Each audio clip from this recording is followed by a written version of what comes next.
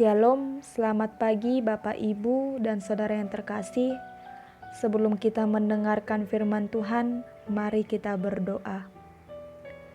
Bapa kami yang di surga, kami mengucap syukur buat perlindungan-Mu hingga saat ini. Kami akan mendengarkan firman-Mu pada pagi hari ini. Penuhi kami dengan Roh Kudus-Mu agar kami dapat memahami firman-Mu. Dalam Kristus kami berdoa. Amin. Firman Tuhan buat kita pada pagi ini diambil dari Yeremia 29 ayat 11. Sebab aku ini mengetahui rancangan-rancangan yang ada padaku mengenai kamu.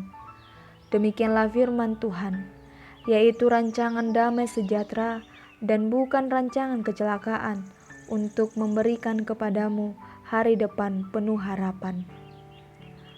Bapak, Ibu, dan Saudara yang terkasih, dalam kehidupan kita sehari-hari, sering sekali kita membuat suatu rancangan atau planning yang akan kita kerjakan, baik itu untuk 1 jam ke depan, untuk esok, untuk lusa, minggu depan, dan lain sebagainya.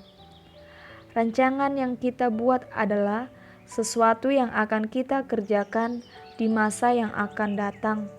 Dan untuk mencapainya, kita membutuhkan kerja keras dan pengorbanan, baik itu tenaga, waktu, uang, pemikiran, dan lain sebagainya.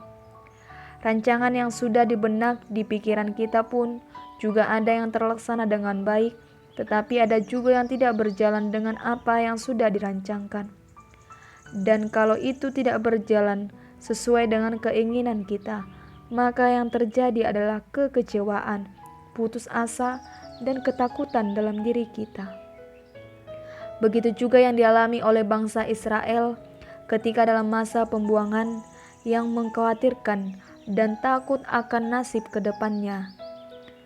Melalui Nabi Yeremia mau menyampaikan bahwa Allah hendak mengembalikan mereka ke negerinya setelah melewati tahun-tahun di dalam pembuangan. Umat Tuhan ketika ditawan di pembuangan mengalami kehidupan yang tidak baik, diperlakukan secara budak, bekerja rodi, dan tawanan yang tidak memiliki hak seperti layaknya orang merdeka. Betapa keadaan itu pastinya sangat memprihatinkan, bahkan sangat memilukan. Dalam keadaan itu Allah memberikan janjinya bahwa suatu hari kelak umat pilihan Tuhan akan bebas dan mengalami hidup yang diberkati. Allah menjamin masa depan penuh harapan bagi umat pilihannya. Hal itu disampaikan oleh Nabi Yeremia dengan mengumandangkan bahwa Allah memberikan rancangan damai sejahtera dan bukan kecelakaan.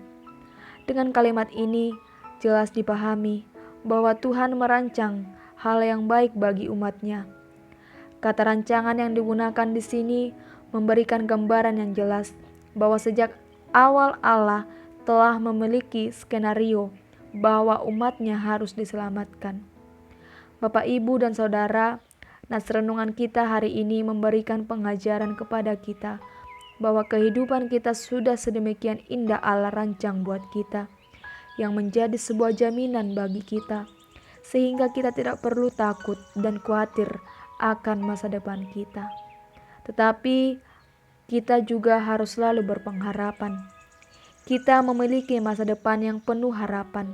Sang Allah adalah perancang yang terbaik dalam hidup kita.